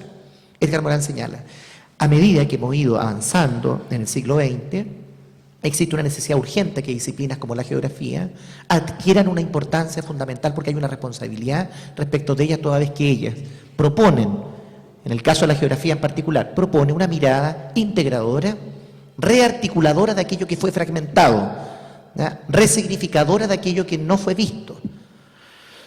Pues bien, cuando tú fragmentas la realidad, fragmentas el conocimiento, fragmentas las problemáticas, no fragmentas solamente eso, fragmentas también los lenguajes. Se produce un problema cultural. Entonces hay una incapacidad para que un técnico que se dedica a resolver problemas de pobreza urbana pueda dialogar con el biólogo ecólogo que necesita introducir nuevas especies arbóreas para, ¿no es cierto?, aumentar el número de áreas verdes en alguna parte de la ciudad. Entonces, la incapacidad para que el biólogo ecólogo dialogue con el tipo que trabaja con la pobreza no es solamente una incapacidad teórica, si ustedes quieren, política, relacionada con sus disciplinas, sino que no existe posibilidad lingüística. El mismo fenómeno se señala de 3 formas. ¿No? Es decir, en el caso de los pedagogos es terrorífico. Por ejemplo, nosotros llamamos educación informal a algo que los antropólogos llaman endoculturación y a algo que los sociólogos llaman socialización. Y después tú miras en el gobierno y hay políticas para socializar, hay políticas para endoculturizar y hay políticas para fortalecer la educación informal, siendo exactamente lo mismo.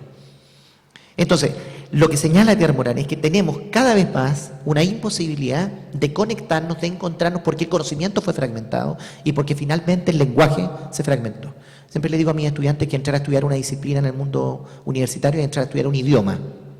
De hecho, uno se empieza a juntar como con los mismos, que te entienden, ¿no? Todo lo otro queda, ¿no?, cuesta, ¿no?, se empieza a dificultar. Y lo más terrible de esto, y aquí voy terminando, es lo que ocurre, ¿no es cierto?, en un tercer nivel. Cuando tú fragmentas la realidad, fragmentas el conocimiento, fragmentas la problemática, fragmentas el lenguaje, la capacidad de comunicarte, finalmente fragmentas la responsabilidad. La responsabilidad. O sea, introducir los elementos de interrelación al interior del mundo escolar significa, ¿no es cierto?, hacerse cargo de una parte del conocimiento. Cuando hemos dicho al Ministerio que necesitamos fortalecer la educación geográfica, no es majadería gremial, no es majadería, es porque estamos convencidos de que hemos creado un mundo en donde los conocimientos no pueden rearticularse, no sirven para mirar la realidad como se nos presenta. La realidad tiene que ser mirada de manera crítica, eso significa no aceptarla de manera irreflexiva tal como se nos presenta. Muchas gracias. Bien, vamos a dejar entonces unos minutos para las intervenciones de ustedes, para los comentarios, las preguntas.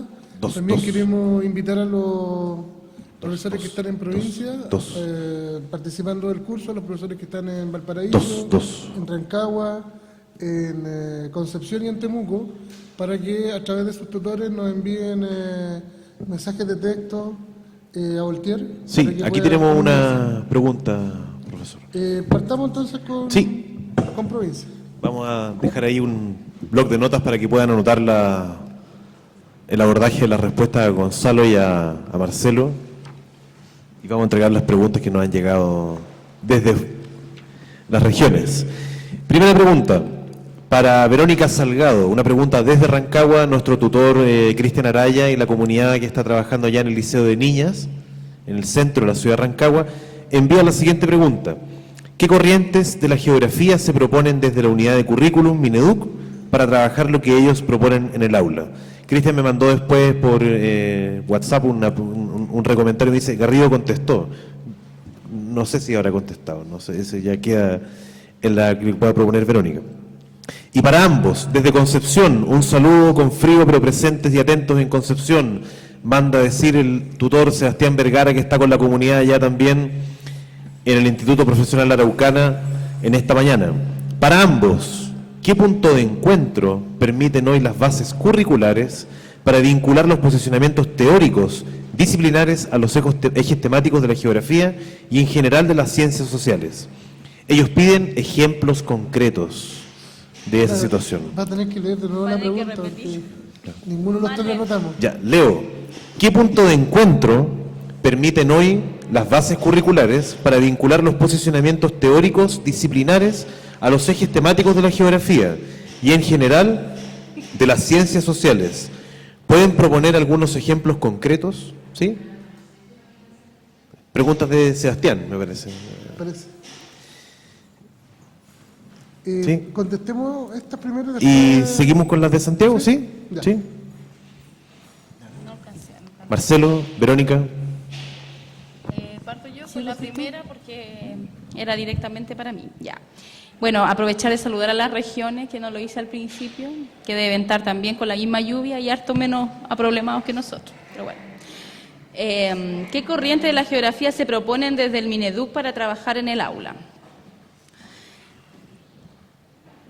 Es una pregunta difícil porque cuando uno representa una institución del gobierno hay ciertas cosas que puede decir y otras que no puede decir. Pero yo comencé el análisis de los puntos críticos de las bases curriculares diciendo que me parece que uno de los problemas más profundos que tiene este documento es una confusión teórica que subyace al tratamiento de los temas geográficos.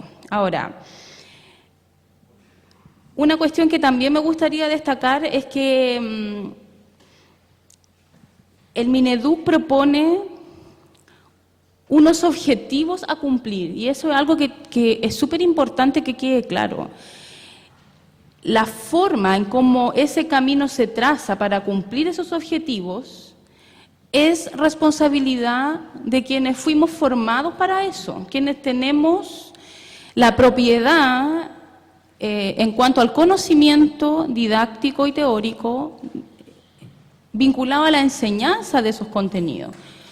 No necesariamente vinculado al conocimiento científico de esos temas, sí al conocimiento en cuanto a su enseñanza, a su abordaje en el aula. Ahora, el Mineduc hace una propuesta didáctica en los programas de estudio y ahí me parece, a mí, y esto es un juicio personal y profesional, pero de modo personal, es que la propuesta didáctica con respecto a los programas de estudio no va a ser una propuesta mucho más holística de lo que hoy día tenemos en las bases curriculares, porque quienes construyen esas propuestas son equipos distintos, equipos técnicos profesionales distintos. Las bases curriculares y los programas de estudio para la enseñanza básica, las bases curriculares para básica y media y los programas de estudio para enseñanza básica fueron construidos por un equipo técnico y los programas de estudio para enseñanza media están siendo construidos por otro equipo técnico. ¿Por qué ocurre esto? Esto ocurre porque muchos de los puestos de trabajo de nuestro Estado tienen un vaivén vinculado a el gobierno que ocupa el gobierno de turno, exacto, gracias. Hoy día se está trabajando en el Ministerio de Educación una mesa técnica para desarrollar una política curricular de Estado y que esto deje de transitar en función del gobierno que aparece y del que desaparece, porque la última modificación curricular responde mucho a un gobierno que transformó el contenido, digamos, del currículum, que dejó leyes puestas que no necesariamente tenían una continuidad con el currículum anterior, y eso hoy día nos da por realidad este mosaico de currículum que hoy día coexisten en el aula. O sea, hoy día quienes hacen clase en quinto, sexto, séptimo y octavo sabrán que tienen que trabajar con currículos distintos y el próximo año van a tener otro distinto, porque van a tener la diferencia entre quinto, séptimo y octavo, ¿ya?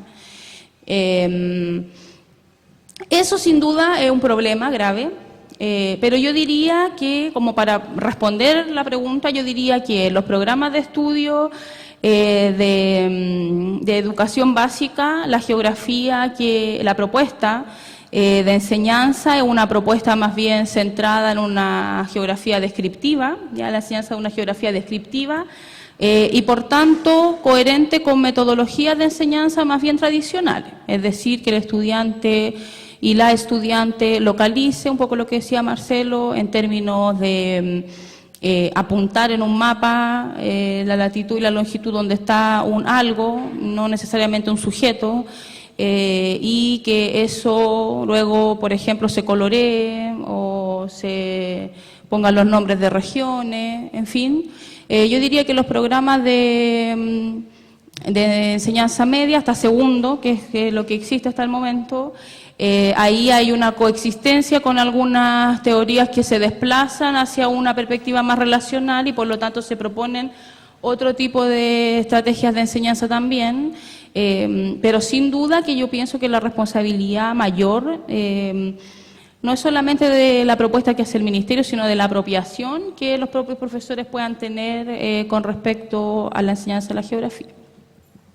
Marcelo, por favor.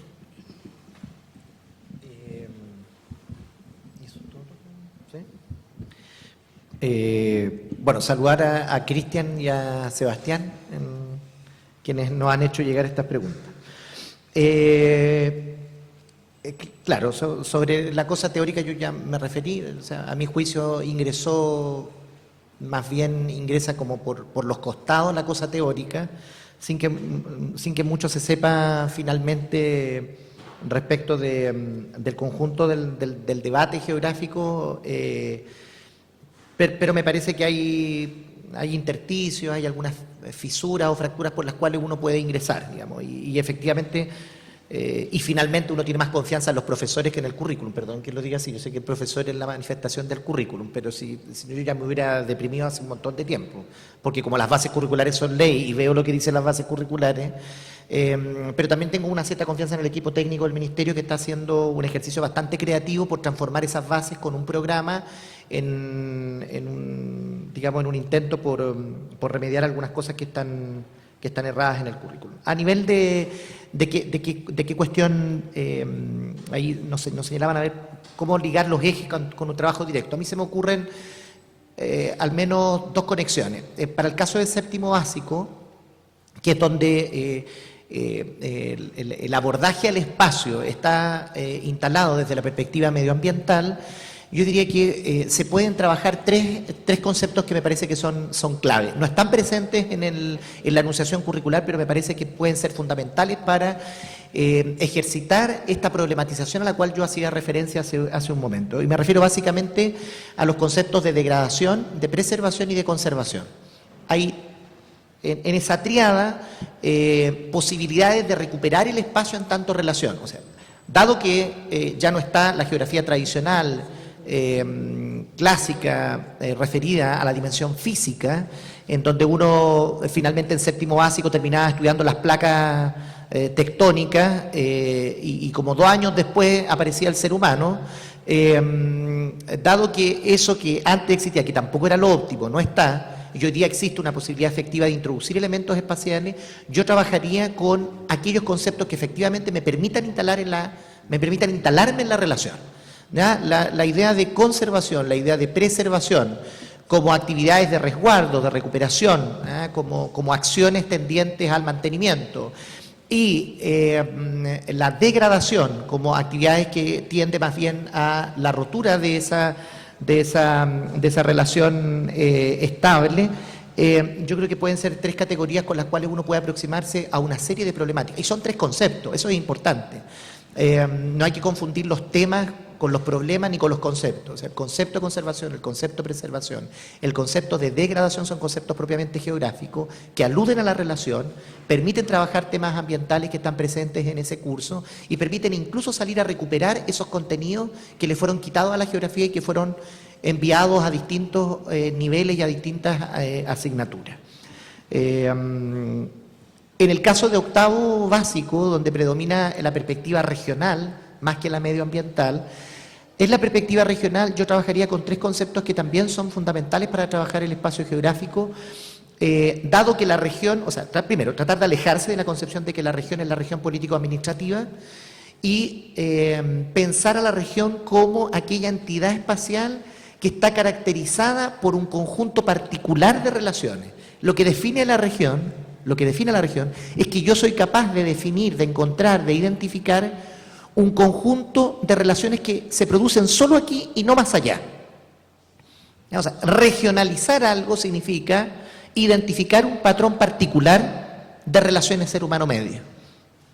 Y ahí, cuando yo hago eso, efectivamente, lo que uno puede reconocer ahí, por eso que decía que también aquí hay una triada de conceptos que podrían ayudarnos.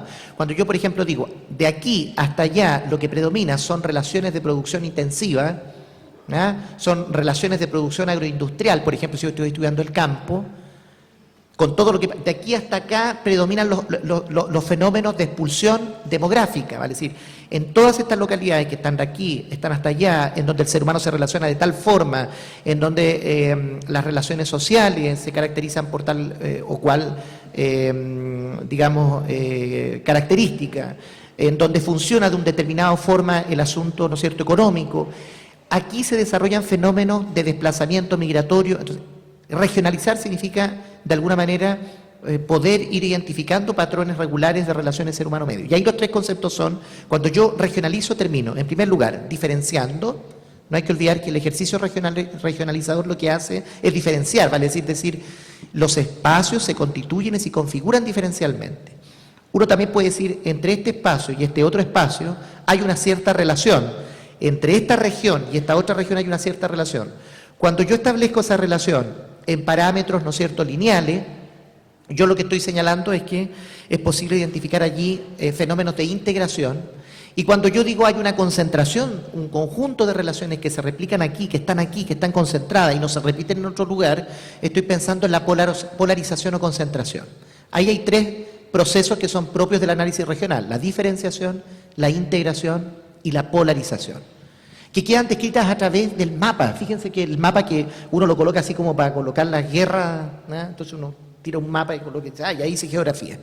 Entonces, detrás del mapa hay una serie de conocimientos geográficos. O sea, una cosa es la resolución cartográfica y otra cosa es el fenómeno geográfico al cual está aludiendo el mapa. Cada vez que ustedes vean una línea en un mapa, lo que hay allí es la integración. Algo se integra con algo.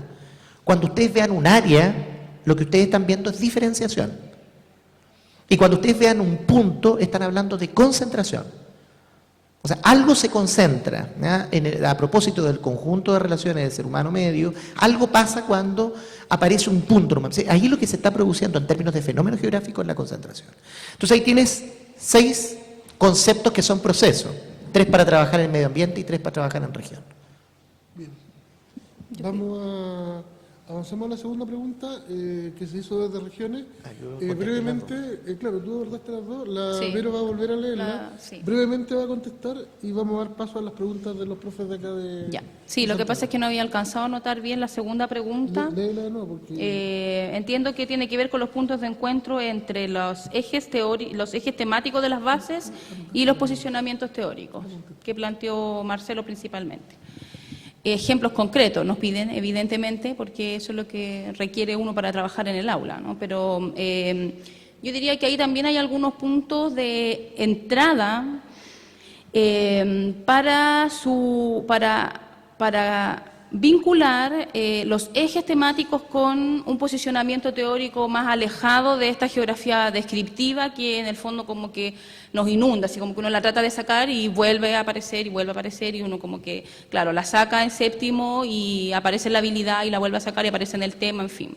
Ahora, yo creo que la entrada viene dada por las propias bases curriculares, pero también por la formación que cada uno tenga. Ahora, como decía, yo creo que nosotros deberíamos empoderarnos de unas bases curriculares que nos plantean una hegemonía del desarrollo de habilidades.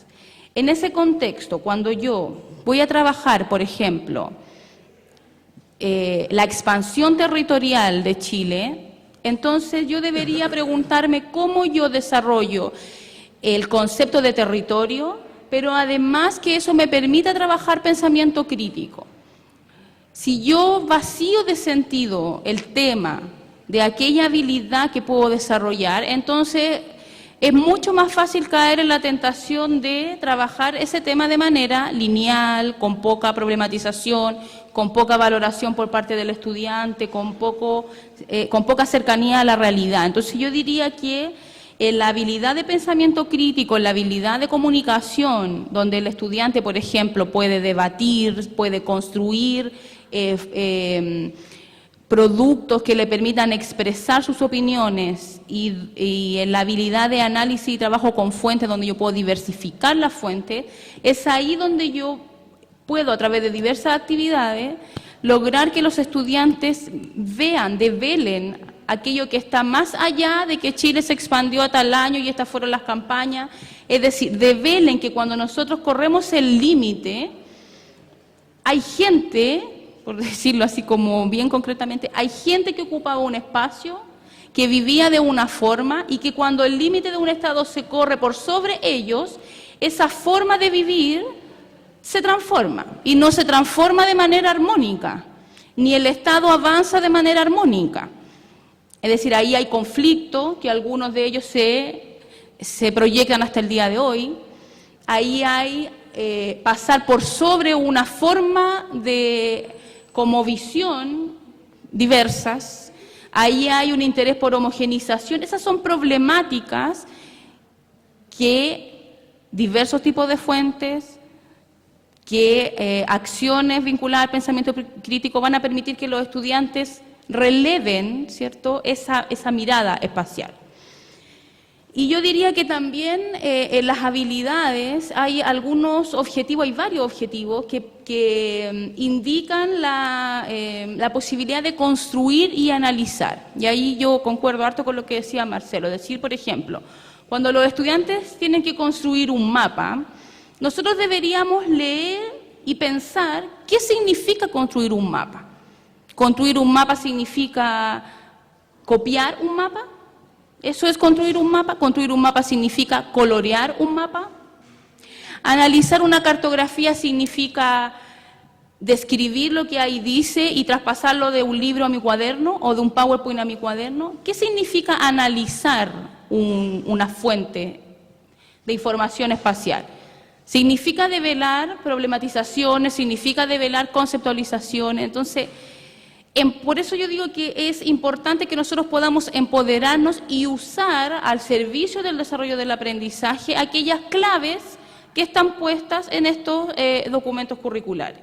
Y por último, me parece sumamente importante, como ejemplos concretos, el trabajo con las categorías de análisis. Efectivamente, los ejes temáticos, sobre todo en enseñanza media, está clarito. Usted trabaje ser humano medio, trabaje región, trabaje territorio. Bueno, Entonces, cuando yo voy a trabajar región, trabajo región y parto de la base de que mis estudiantes tienen que entender lo que significa una región, no solamente enumerar las regiones y sus nombres, sino lo que significa el ejercicio de regionalización en un país, por ejemplo, lo que significa la construcción de regiones más allá de lo político-administrativo, lo que significa las delimitaciones territoriales. Nuestros estudiantes tienen que saber que los límites de los territorios nacionales son distintos a los límites de las regiones climáticas, por ejemplo. Entonces, el uso apropiado y con sustento teórico de las categorías de análisis nos van a permitir a nosotros también generar y un poco limpiar también nuestras acciones didácticas y decir en realidad esta actividad o esta guía o este texto no está al servicio de la comprensión de la región propiamente tal. Por lo tanto, no es lo más apropiado, no me sirve, no le otorga sentido. Y propongo otros y voy en la búsqueda de otros que sean más pertinentes. Bien, entonces vamos a... Sí, bueno, preguntas. luego darle las gracias. ¿Tú, Sí. Voltaire, entregáis el micrófono? Sí, ¿Los profesores que preguntas quieran- desde acá, profesoras, profesores. O a lo mejor algún Constanza. comentario, alguna intervención. ¿Alguna pregunta, alguna intervención, comentario, no solamente preguntas? Sí, Marisol. Marisol Campillay, tutora de la comunidad virtual del curso Geografía para la Paz. La pregunta va para Verónica. Lo que pasa es que estoy hablando desde hoy cómo se planifica desde las bases curriculares en la escuela y sobre todo en un municipio en general.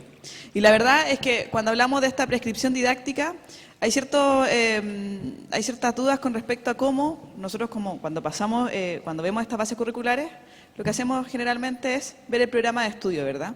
Entonces, hay un elemento que no se mencionó que a mi modo de ver hoy está tomando relevancia por sobre las actitudes, por sobre los ejes temáticos y por sobre las habilidades, que son los indicadores de evaluación. Entonces, la llegada, al menos desde la experiencia que conozco, a planificar es desde los indicadores de evaluación, que son acciones bastante específicas. Entonces, bueno, uno hace su clase, ¿verdad? Y cuando la jefa de UTP va o otro ente, ¿cierto? Estamos hablando de profesionales en el nivel meso de concreción curricular, que puede ser otro par, coordinadores, te van a evaluar. Se percatan mucho de cómo uno cumple estos indicadores de evaluación. Entonces, tú hablabas de las fortalezas y debilidades del currículum. Y hablabas de cómo una fortaleza, ¿cierto? Es que obviamente hay una prescripción curricular no así didáctica, pero la forma en que pensando en esta lógica, ¿cierto? En una lógica imperante nacional en que el profesor es casi es un ejecutor curricular más que un actor curricular. ¿Qué pasa con los indicadores de evaluación? Si bien están en el programa de estudio, pero sí han surgido reflexiones respecto a cuál es su rol hoy en día. Si son fortalezas, debilidades, es una cosa. ¿Y por qué? Porque si vemos en el fondo, retomando lo que decía el profesor Marcelo, cuando hablamos de cómo el geógrafo, claro, si es entendido desde las bases como alguien que está viendo el tema de los mapas y nada más que eso, si tomamos un indicador de evaluación, lo que se nos exige es ubicar en un mapa. Y a eso se reducen. Y eso es lo que a nosotros nos observan haciendo esta lectura desde las bases curriculares. Muchas gracias, Marisol. ¿Alguna otra observación, pregunta, Reflexión, comentario. reflexión, comentario? Sí. Un último comentario en la intervención de Marisol para que pasemos a buscar un café y cerremos esta instancia de conferencia. Muchas gracias. Ya, yo te agradezco la pregunta, Marisol, porque a mí me parece que aquí hay una cuestión que va como por dos carriles. Uno tiene que ver con las señales que el Ministerio entrega al sistema educativo, y en este caso al diseño o a la planificación de aula. Y por otro lado también yo creo que este tema tiene que ver con algo tan profundo como la identidad docente y cuál es el rol, aunque Marcelo no le guste la palabra, pero cuál es el rol que yo cumplo y el protagonismo que tengo en esta dinámica comunidad educativa, ¿ya? Eso tiene que ver con la formación inicial, por cierto, y con toda una trayectoria de cómo se ha entendido el rol docente en nuestro sistema, digamos. Ahora, con respecto al primer eje, digamos, a las señales que el Ministerio da, efectivamente nosotros los programas de estudio encontramos indicadores de evaluación. Ahora, los programas de estudio son una propuesta. Es cierto que aquellos colegios que no tienen programas propios tienen que usar los programas del Ministerio. Ahora, eso no quiere decir que yo tomo el programa y lo tengo que implementar tal cual como el programa viene dado, porque el programa es una propuesta. Ahora, en ninguna parte el programa dice que usted puede hacer una apropiación y modificación de no lo dice, así como tampoco dice que es obligatorio porque no lo es. Entonces, todos los elementos que están puestos en el programa son elementos que ustedes podrían considerar para facilitar el ejercicio docente, pero que no deben en ningún caso resultar como obstáculos para fortalecer el cumplimiento de los objetivos de aprendizaje que sí son obligatorios. Entonces, lo que los indicadores de evaluación pretenden hacer es dar señales de cómo el profesor podría alcanzar paso a paso el cumplimiento de los objetivos. Entonces, por un objetivo de evaluación existen varios indicadores de evaluación, a veces 5, a veces 10. ¿Ya? Entre el diseño de los programas de estudio de enseñanza básica, para nuestra asignatura estoy hablando, no en general, para nuestra asignatura de los programas de enseñanza básica y de enseñanza media, hay una diferencia muy importante, que es la siguiente. Para educación básica, los indicadores de evaluación responden a habilidades por un lado, a contenidos por otro y a aptitudes por otro. Es decir, tenemos indicadores que no agrupan estos objetivos. Para el caso de enseñanza media, estos indicadores de evaluación vienen a cumplir un rol de relacionar los objetivos de habilidades, de contenidos y de actitudes. No sé si me explico. Entonces, son menos indicadores de evaluación, pero son indicadores más potentes en el sentido de decir, no es ahora el profesor quien debe por sí solo ver en qué momento vincula el contenido con la actitud, sino que aquí hay una propuesta de cómo usted lo puede hacer. Entonces, cuando sus estudiantes, por ejemplo, logran comunicar con argumentos problemas de su región, valorando las formas de comunicación democrática, por inventar cualquier cosa. Entonces ahí uno ve, bueno, ahí está la habilidad, ahí está el contenido y ahí está la actitud. ¿Ya? Entonces yo diría que ahí, para enseñanza media, se tiende a minimizar el impacto un poco negativo que han tenido los indicadores de evaluación en enseñanza básica. ¿Ya? Pero yo diría que eso tiene que ver con el eje de las señales que entrega el Ministerio al sistema educativo. Yo diría que hay otro eje, que es el que nombré también además, que es el rol del profe, o sea, es decir, quien toma las decisiones pedagógicas, y esto no lo digo solo como trabajadora del Ministerio de Educación, sino que lo digo también como profe y también como formadora de profesores, quien toma las decisiones pedagógicas en el sistema, en la comunidad educativa, es el profesor, o debería, por lo menos. Por lo tanto, cuando mis decisiones que yo tomo como profesor están sustentadas en un fundamento pedagógico, esas decisiones no tendrían por qué ser fácilmente transformables, ni por la autoridad pedagógica, ni por los reclamos de los apoderados, ni por la superintendencia inclusive de educación, porque quien tiene que empoderarse del rol pedagógico es el pedagogo, que fue formado para eso. Mientras tanto yo no pueda fundamentar mis decisiones que tomo en el aula desde el punto de vista pedagógico, porque las tomo porque me es más cómodo de esa forma, porque siempre me ha resultado, porque así los estudiantes están ordenados, porque así no tengo problema con nadie, entonces evidentemente que esas decisiones son decisiones frágiles. Pero cuando mis decisiones están fundamentadas en el quehacer pedagógico, entonces deberían ser bastante más robustas. Y yo quisiera agregar ahí un ejemplo que doy para tratar de no alargarme tanto. Cuando yo voy, por ejemplo, me quemo en mi casa, tengo una quemadura, voy al hospital para que me curen. La enfermera me dice, ahí está, váyase con una venda, vuelva en 10 días a curarse, porque soy yo, la enfermera, quien tiene el conocimiento para desarrollar ese procedimiento. No me dice a mí la enfermera, vuelva y vaya usted, como usted es profe, o usted es dueña de casa, usted lo que sea, haga usted lo que yo, con el conocimiento profesional que tengo, puede hacer. Ni el mecánico tampoco. Mire, yo le voy a ajustar su auto, pero tiene que venir a ajuste, tráigamelo en 2 meses más, o cuando recorra tantos kilómetros. No vaya usted y ajuste en la tuerca, porque usted no tiene el conocimiento, porque usted es profe, usted no es mecánico. Entonces, ese poder que nos entrega el conocimiento pedagógico es una cuestión que debe fortalecerse, y quienes más lo podemos fortalecer con argumentos son quienes lo tienen, que son los profes. Bien, queremos agradecer una vez más la presencia de la Verónica y de Marcelo, a todos los profesores de provincia que han logrado llegar a su respectiva sede, y obviamente la presencia de los profesores de acá de Santiago. Vamos a un café, y después de ese café las diferentes comunidades se van a juntar con sus tutores. Muchas gracias por haber venido. Muchas gracias a todos y todos. Muchas gracias, Verónica. La enfermera. Muchas gracias. Porque mi madre, claro. Mi madre se enfermaba. Yo le hago caso a mi mamá. Me marcó. Yo le hago caso. Ah, chuta, ya, gracias. ¿Voy mejorando? Voy mejorando. Mucho mejor que yo. Y recalcamos.